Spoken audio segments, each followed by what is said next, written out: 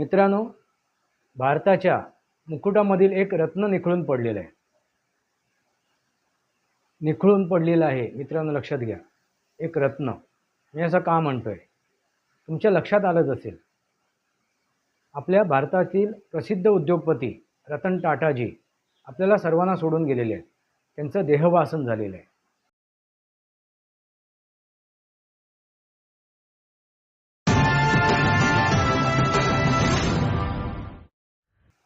नमस्कार मित्रांनो, वास्तवावर बोलू काहीतरी या शृंखलेमध्ये पुन्हा एकदा आपलं स्वागत. मी आपला मित्र राजेश वासंती सावाजी किळुस्कर. मित्रांनो, भारताच्या मुकुटामधील एक रत्न निखळून पडलेलं आहे. निखळून पडलेलं आहे मित्रांनो, लक्षात घ्या. एक रत्न. मी असं का म्हणतोय? तुमच्या लक्षात आलंच असेल. आपल्या भारतातील प्रसिद्ध उद्योगपती रतन टाटाजी आपल्याला सर्वांना सोडून गेलेले आहेत. त्यांचं देहवासन झालेलं आहे. मित्रांनो, एक वेगळंच व्यक्तिमत्व, एक आदर्श व्यक्तिमत्व, एक सामान्य व्यक्तिमत्व. एवढे मोठे उद्योगपती असताना सुद्धा त्यांचं जे सादगी होती ती एक सामान्य होती. त्यांनी असं कधी उद्योगपती म्हणून, एक धनाढ्य म्हणून स्वतःला कधीच मिरवलं नाही मित्रांनो. असे रतन टाटा आपल्याला सर्वांना सोडून गेलेले आहेत. मित्रांनो, टाटा समूहाने टाटा स्टीलपासून सुरुवात केली होती आणि त्याच्यामध्ये एक उत्क्रांती कोणी घडवून आणली तर रतन टाटा यांनी. अनेक उद्योगांमध्ये त्यांनी आपले वर्चस्व स्थापन केलं. मोटर क्षेत्रामध्ये असो, मोटार गाडी म्हणजे पूर्वी तुम्ही बघितलेली नसेल आजच्या पिढीने, ते म्हणजे फियाट गाडी आणि ॲम्बेसिडर गाडी. त्याच्यानंतर मारुती कार जरी भारतात आणली गेली तरी ती विदेशी कार होती मित्रांनो. पण टाटाने एक स्वदेशी कार निर्माण केली. मोटार क्षेत्रामध्ये त्यांनी स्वदेशी एक आपली स्वतःची ओळख करून दिली आणि विदेशीही कंपन्यांमध्ये स्वतःचं त्यांनी वर्चस्व स्थापन केलं. जगवारसारख्या मोटार क्षेत्रामधली गोष्ट सांगते मित्रांनो. आणि त्यांची जे मोटार क्षेत्रामध्ये जी हे आहे, काय म्हणतात त्याला, उत्क्रांती आहे, दबदबा आहे, तो क्वालिटीवरती आहे. क्वांटिटीवरती नाही तर क्वालिटीवरती होता. ही सर्वात मोठी जमेची गोष्ट आहे मित्रांनो, रतन टाटाने दिलेली. रतन टाटा यांचं व्यक्तिमत्व एक आदर्श व्यक्तिमत्व. ते 86व्या वर्षी आपल्याला सोडून या जगातून गेलेले आहेत. त्यांचं जे देहवासन झालं आहे त्याच्या मागचं कारण म्हणजे ते वयोवृद्ध होते. वयाची जी त्यांच्या स्थिती होती, परिस्थिती होती, त्या परिस्थितीमध्ये त्यांचं देहवासन झालेलं आहे. कुठल्या असाध्य रोगाने ते गेलेले नाही आहेत मित्रांनो, लक्षात आलं का? कारण त्यांची ती सादगी, हे सुद्धा लक्षात घेणं महत्त्वाचं आहे. एवढे मोठे उद्योगपती असताना सुद्धा, गडगंज संपत्ती असताना सुद्धा एक सामान्य व्यक्ती म्हणूनच जगलेत. आपल्या कामगारांमध्ये सुद्धा ते एक मिसळत होते. त्यांची सुखदुःख ते समजून घेत होते. त्यांच्याबरोबर ते जेवणसुद्धा घेत होते, नाश्तासुद्धा करत होते. असे अनेक प्रसंग आपल्याला दिसून आलेले आहेत मित्रांनो. औद्योगिक क्रांतीमधून त्यांनी सामाजिक क्रांतीसुद्धा घडवली. IT क्षेत्रामध्ये सुद्धा टाटा उद्योगाने आपले चांगले पाय रोवले. हॉटेल क्षेत्रामध्ये सुद्धा, म्हणजे ताजमहाल हॉटेलसारखे हॉटेल क्षेत्र, तिथे हॉटेलिंगमध्ये सुद्धा त्यांनी आपले हातपाय मजबूत केलेत. तसं वैद्यकीय क्षेत्रामध्ये सुद्धा कॅन्सरसारखं हॉस्पिटल, टाटा हॉस्पिटल परेलला आहे. असे अनेक हॉस्पिटलं, असे अनेक इस्पितळं त्याने अनेक राज्यात उभी केली कॅन्सर मरिजांसाठी, रोग्यांसाठी. म्हणजे वैद्यकीय क्षेत्रामध्ये सुद्धा त्यांनी एक आमूलाग्र बदल घडवून आणला. रतन टाटांची गोष्ट तुम्हाला सांगतो मित्रांनो. रतन टाटाने अगदी जे स्टार्टअप उद्योगाचे स्टार्टअप करणारे जे होते त्यांच्याही मागे ते उभे राहिले. स्टार्टअप इंडिया, स्किल इंडिया हे जे काय योजना भारत सरकारने आणली होती त्या योजनेच्या मागे सुद्धा ते उभे राहिले.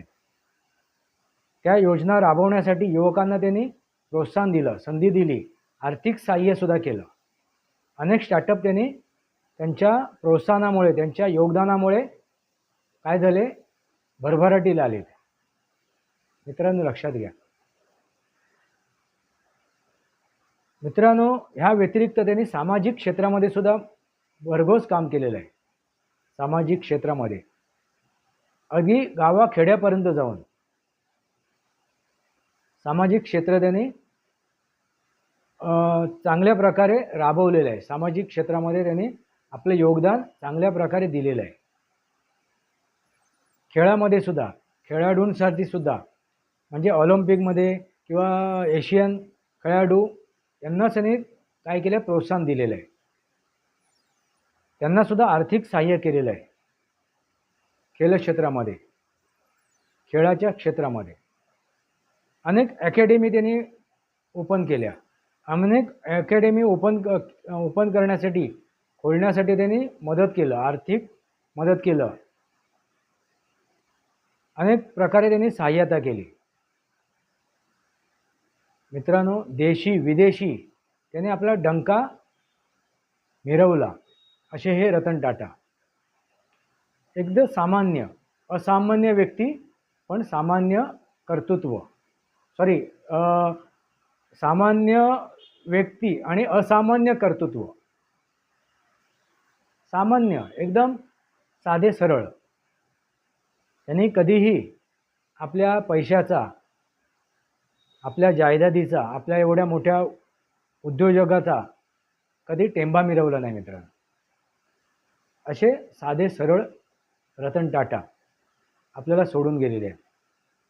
मित्रांनो त्यांना भारतरत्न हे भारतरत्न ह्या त्यांना उपाधी मिळणं गरजेची आहे. उपाधी बहाल करणं गरजेची आहे असं मला तरी वाटते. तुम्हाला काय वाटते? भारतरत्न हे उपाधी त्यांना द्यावी का? मित्रांनो त्यांना भारतरत्न ही उपाधी जरी दिली नाही तरी ते खरोखर भारतरत्न होते. म्हणून मी सुरुवातीलाच म्हणालोय भारतातील मुकुटावरील एक रत्न निखळलेलं आहे. मित्रांनो अनेक उद्योजक आहेत,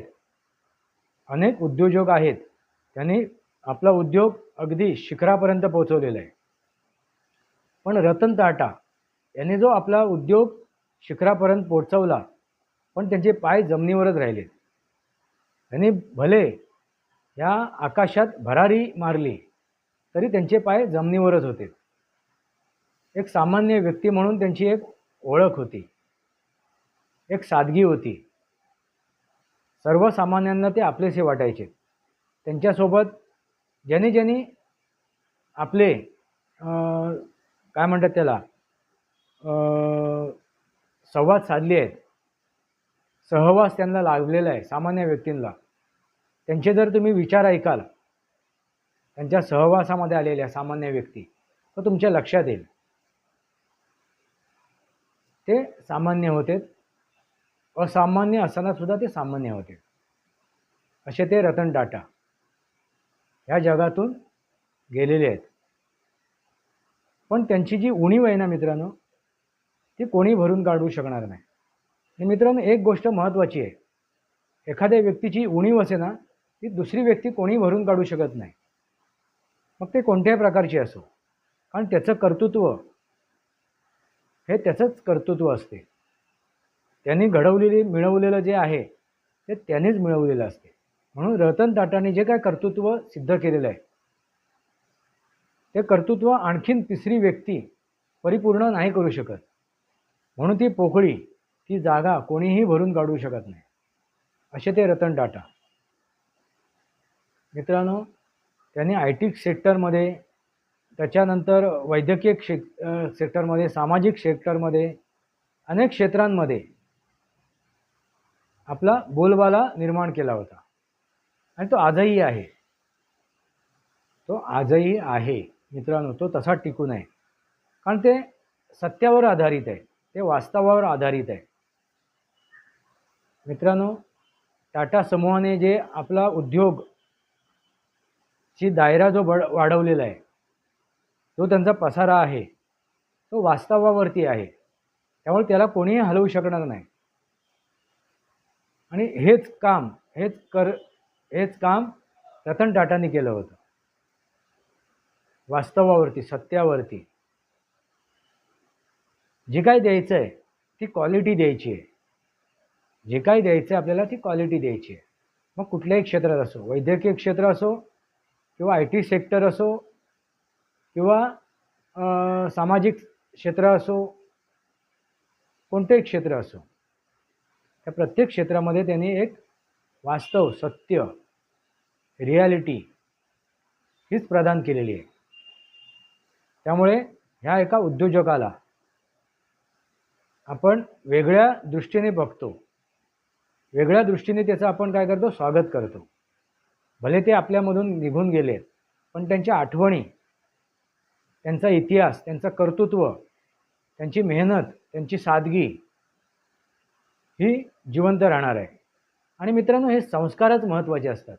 माणूस जरी गेला जगातून, एखादी व्यक्ती, कारण शेवटी कोणीही अमर नाही आहे. आज ना उद्या त्यांना ह्या जग सोडून जावंच लागणार आहे. पण आपण म्हणतो ना, जन पलभर म्हणतील हाय हाय, पण राहील काय तर कार्य, त्याने केलेलं कार्य. जन पलभर म्हणतील हाय हाय, मी जाता राहिलं कार्य कार्य. मग कार्यच राहिलं आहे. मी जाता म्हणजे कोण? रतन टाटा गेल्यानंतर त्यांचं ते कार्य आजही, त्यांचं ते कर्म, त्यांचं कृती हे आजही जिवंत आहे. आणि ही पुढच्या पिढींमध्ये, जर पुढच्या पिढीने समजून घेतलं, त्यांना जर ते उमजलं, तर त्या मार्गावरती ते चालतील, त्या दिशेने चालतील. मित्रांनो, फक्त पैसे मिळवण्यासाठी, काय म्हणता याला, धनधाढ्य बनण्यासाठी नव्हे, तर त्यांनी समाजासाठी सुद्धा काम केलेलं आहे. आपलं योगदान त्यांनी दिलेलं आहे समाजासाठी, गरिबांसाठी, युवकांसाठी, युवतींसाठी. अनेक क्षेत्रात त्यांनी आपलं योगदान दिलेलं आहे. त्यामुळे त्यांचं जे कर्तृत्व आहे, त्यांचे जे संस्कार आहेत, जी संस्कृती आहे, ती अजरामर राहणार आहे, ते जिवंत राहणार आहे.